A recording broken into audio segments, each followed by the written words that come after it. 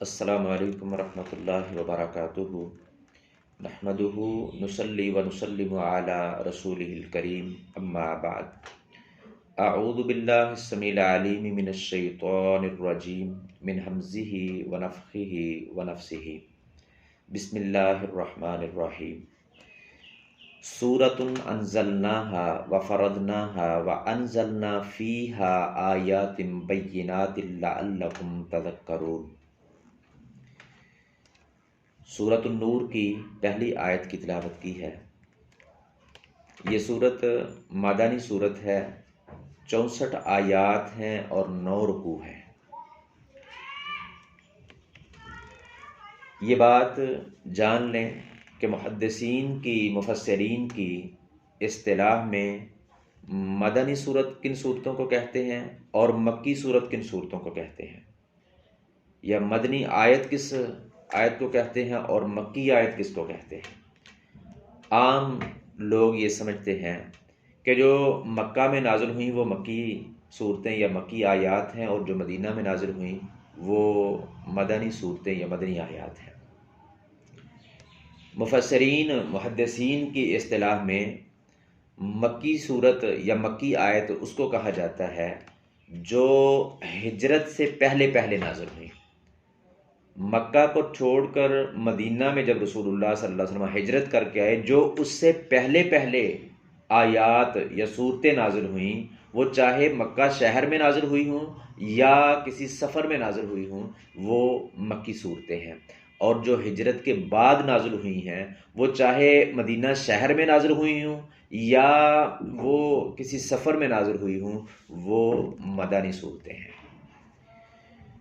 تو مکی اور مدنی صورت کس کو کہتے ہیں کہ جو ہجرت سے پہلے نازل ہوئی وہ مکی، جو ہجرت کے بعد نازل ہوئی ہیں وہ مدنی صورت۔ تو یہ سورۃ نور جو ہے یہ مدنی صورت ہے۔ سورہ نور یہ غزوہ بنی مستلق کے بعد 6 ہجری میں نازل ہوئی، اور غزوہ بنی مستلق یہ غزوہ خندق کے بعد واقع ہوا۔ غزوہ خندق میں اتحادی کافروں کا لشکر تقریباً 10,000 کے قریب تھا، اور یہ لشکر 1 ماہ بعد ناکام واپس لوٹا۔ اس موقع پر رسول اکرم صلی اللہ علیہ وسلم نے فرمایا، جو آپ کا فرمان صحیح بخاری میں 4110 نمبر پہ موجود ہے، سلیمان بن سرد رضی اللہ تعالیٰ عنہ کہتے ہیں کہ جب رسول اللہ صلی اللہ علیہ وسلم سے لشکروں کو دور کر دیا گیا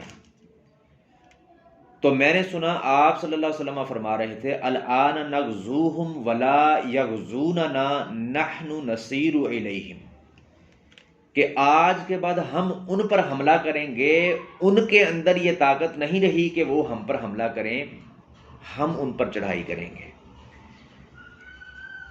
تو اس بات سے یہ مطلب واضح ہوتا ہے کہ اسلام اور اسلامی ریاست اتنی مضبوط تر اور اپنے پاؤں پر کھڑی ہو چکی تھی، اور کفر کی تمام قوتوں کے اندر، ساری طاقتوں کے اندر یہ طاقت نہیں رہی تھی کہ وہ سارے کے سارے مل کر بھی مدینہ پر حملہ کر سکیں۔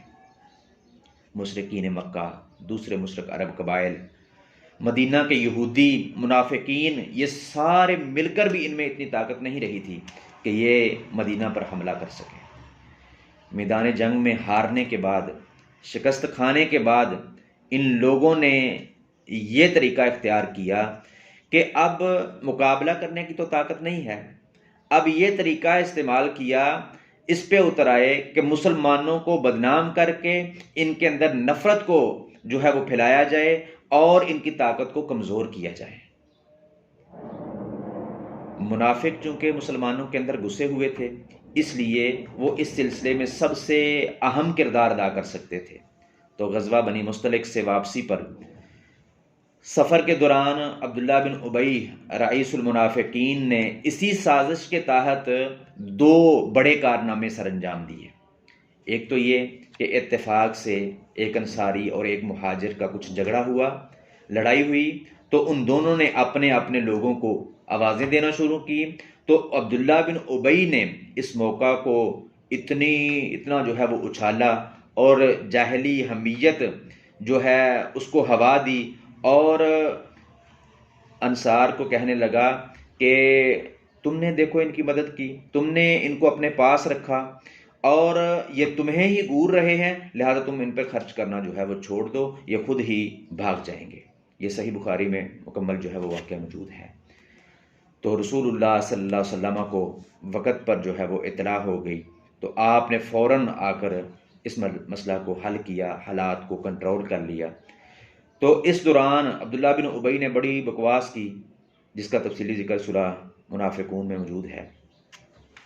دوسرا کارنامہ اس نے یہ سر انجام دیا کہ ام المؤمنین سیدہ طاہرہ مطہرہ عائشہ رضی اللہ عنہا پر تہمت لگا دی، اور یہ واقعہ افک کے نام سے مشہور ہے۔ اس واقعہ کا ان منافقوں نے اس قدر پراپوگنڈا کیا کہ بعض مخلص مسلمان بھی اس پراپوگنڈے کے شکار ہو گئے، متاثر ہو گئے۔ تو واقعہ افک کا تفصیلی ذکر تو آئندہ دروس میں انشاءاللہ الرحمن آئے گا۔ اب بات کرنے کا مقصد یہ ہے کہ پورا مہینہ یہ افواہیں پھیلتی رہیں، منافق اس تہمت کو پھیلانے میں ایڑی چوٹی کا زور لگاتے رہے، پوری سر توڑ کوشش کرتے رہے، اور اتفاق کی بات یہ ہے کہ وحی کا نزول بھی بند ہو گیا، وحی نہیں آ رہی تھی۔ رسول مکرم صلی اللہ علیہ وسلم اس مسئلہ پر پورا مہینہ پریشان رہے۔ 1 ماہ کے بعد اللہ تبارک تعالیٰ نے اس سورت کو، سورہ نور کو نازل فرمایا، جس میں ام المؤمنین سیدہ طاہرہ رضی اللہ عنہا کی برات کو بیان فرمایا، ان کی پاک دامنی کو بیان فرمایا، اور اس کے علاوہ مسلمانوں کے لیے بڑے مفید احکام نازل ہوئے، بڑی نصیحتیں نازل ہوئیں۔ تو یہ مختصر پس منظر ہے اس صورت کا۔ اللہ تبارک و تعالیٰ سے دعا ہے اللہ رب العالمین قرآن مجید کو، نبی صلی اللہ علیہ وسلم کے احادیث کو صحیح معنوں میں سمجھنے، عمل کرنے اور دوسروں تک پہنچانے کی توفیق عطا فرمائے۔ وما توفیقی الا باللہ۔